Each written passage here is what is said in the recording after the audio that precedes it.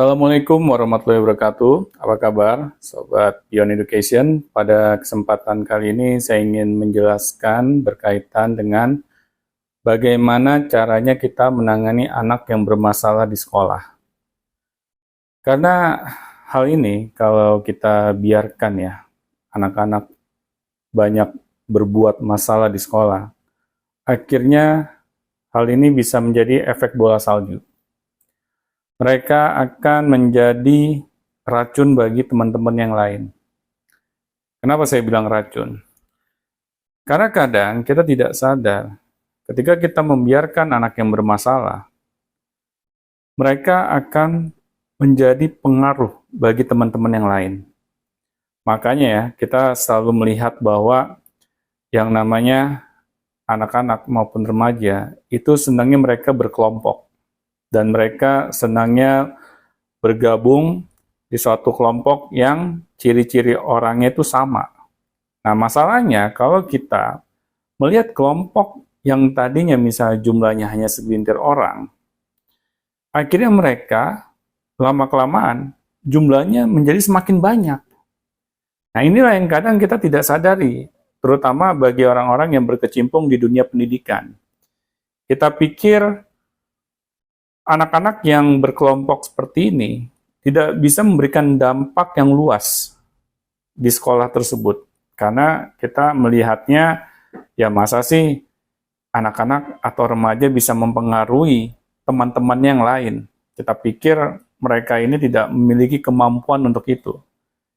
Coba kita lihat, mengapa yang namanya seorang anak dan seorang remaja, ketika dia sudah memiliki perilaku yang kurang pantas ya, mereka akan berusaha menarik teman-teman yang lain untuk mengikuti aturan mainnya mereka. Karena memang begitulah adanya ketika yang namanya anak maupun remaja ini dalam mereka mencari kumpulannya. Tetapi kita melihat seperti fenomena ini, kita pikir ya wajar. Ya, namanya juga mereka butuh yang namanya circle pergaulan. Nah, tetapi kita lihat apakah circle pergaulan ini bisa memberikan dampak yang positif atau negatif. Nah, kalau kita sebagai pendidik kita tidak melihat sampai sejauh sana, akhirnya kita terjebak gitu dalam lingkaran setan yang terus semakin membesar. Karena anak-anak ini atau remaja ini, mereka yang sangat mudah untuk bisa mempengaruhi teman-teman di dalam lingkungannya. Apalagi kalau di sekolah tersebut ya, mereka tidak dapat menyalurkan potensi mereka, yaitu berupa bakat minat mereka. Akhirnya mereka mencari suatu pelarian. Nah, yang namanya anak-anak maupun remaja ini, kalau mereka mencari pelarian, ya, mereka akan mencari pelarian yang sudah bisa dipastikan adalah pelarian yang negatif. Karena yang namanya pelarian itu jarang yang positif. Disinilah yang saya alami juga di zaman waktu saya sekolah. Saya sekolah dari pagi hingga sore hari. Dan di dalam sekolah, saya dipaksa untuk berada di dalam lingkungan kelas yang sifatnya sangat monoton. Ketika hal itu yang saya alami, saya juga pribadi merasa kebosanan yang melanda diri saya. Saya harus mencari sesuatu yang berbeda gitu. Karena kalau saya tetap dalam kondisi yang seperti itu, saya takutnya saya semakin dilanda rasa stres. Jadi rasa stres ini bukan hanya miliknya orang dewasa. Anak-anak maupun remaja juga memilikinya. Nah, tetapi kita kan kadang beranggapan nih, orang-orang dewasa di sekeliling anak-anak kita bahwa nggak mungkin yang namanya anak-anak dilanda stres. Rasa stres ini kan hanya milik orang dewasa saja. Anak-anak kan ya mereka belum mampu lah berpikir sampai sejauh sana. Nah, tapi coba kita lihat ya, kenakalan-kenakalan anak-anak maupun remaja saat ini yang sudah kadang di luar batas ambang akal sehat. Ya. Kita melihat fenomena seringnya terjadi bullying gitu di dalam lingkungan sekolah atau di lingkungan pendidikan. Anehnya, kita di sekolah ini kan tujuannya untuk belajar ya. Belajar menjadi seorang yang bermanfaat.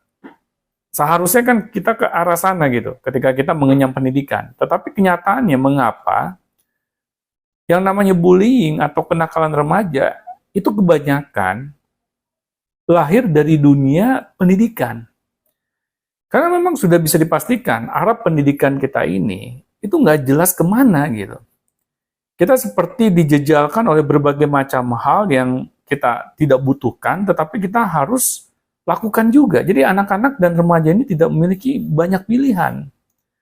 Oleh karena itu ketika mereka dipaksa ya di dalam kelas untuk dalam jangka waktu yang panjang dan mereka harus melakukan sesuatu yang mereka tidak suka, wajar kalau timbulnya anak-anak yang bermasalah. Karena anak-anak bermasalah ini pasti ada hukum sebab akibatnya. Dan masalahnya ketika anak-anak yang memiliki masalah ini kita tidak coba akomodir, kita biarkan saja, akhirnya mereka akan berefek kepada yang lain. Karena yang namanya anak-anak maupun remaja, mereka senang berkelompok. Mereka senang untuk berada di satu lingkungan yang memiliki sifat atau karakter yang sama. Nah, jadi kita nggak bisa gitu, sebagai para pendidik, membiarkan hal ini ketika anak-anak sudah mulai memberikan pengaruh-pengaruh yang negatif kepada teman-teman yang lain. Kita harus segera melakukan tindakan preventif. Jangan diam saja. Kita harus banyak membangun dialog. Karena anak-anak yang bermasalah ini kalau dibiarkan, maka masalah ini akan semakin besar.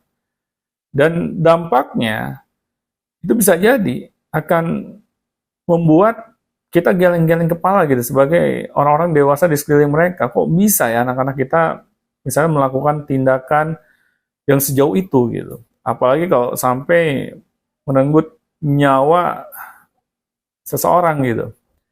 Nah, kan banyak ya kasus gitu.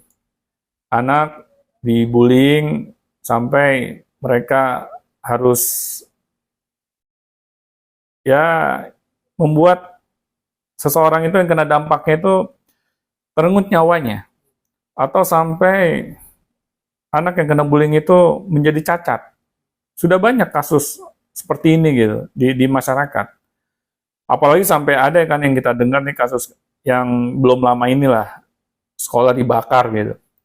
Oleh seorang anak yang istilahnya dia tidak dapat keluar dari ruang masalahnya gitu. Karena dia setiap hari dibullying, akhirnya dia merasa pihak sekolah juga tidak memberikan solusi bagi dirinya, padahal dia sudah menceritakannya masalah tersebut. Nah, di sini kan akhirnya anak-anak tidak memiliki tempat di mana mereka bisa curhat. Di sini para pendidik, ketika kita melihat gitu, anak-anak kita ini memiliki masalah di dalam sekolah, kita jangan langsung ambil kesimpulan bahwa anak-anak kita ini bermasalah. Siapa tahu anak-anak kita ini memang tidak dapat menyalurkan potensi diri sejati mereka. Karena mereka dipaksa untuk melakukan sesuatu hal yang mereka tidak suka. Nah, disinilah kita harus cerdas gitu dalam menangani anak-anak yang bermasalah ini. Kita jangan langsung cepat untuk menjudge mereka, jangan kita langsung cepat menyalahkan mereka. Tetapi kita cari tahu dulu apa yang menjadi duduk permasalahannya, hingga kita dapat memberikan solusi yang terbaik bagi anak-anak ini. Karena saya meyakini tidak ada anak yang bercita-cita ingin menjadi anak yang bermasalah. Saya yakin itu. Nggak mungkin kan bayi yang baru lahir, kemudian mereka bercita-cita menjadi rampok misalnya. Pasti ada kronologisnya, pasti ada sebab akibatnya. Nah, di sini kita harus mencari tahu. Siapa tahu mereka berbuat seperti itu awalnya mereka dibesarkan di lingkungan rumah yang nggak kondusif. Nah, di sinilah makanya pihak sekolah harus mau mengajak berkomunikasi dengan orang-orang di rumah gitu. Agar apa? Agar ketika kita menghadapi masalah, kita bisa bijaksana dalam menyikapi masalah tersebut. Bukannya kita biarkan juga ya sampai berlarut-larut, akhirnya yang ada timbulnya judgement kepada anak-anak kita. Oleh karena itu, wahai para sobat Beyond Education, saya meyakini tidak ada yang namanya anak yang bermasalah.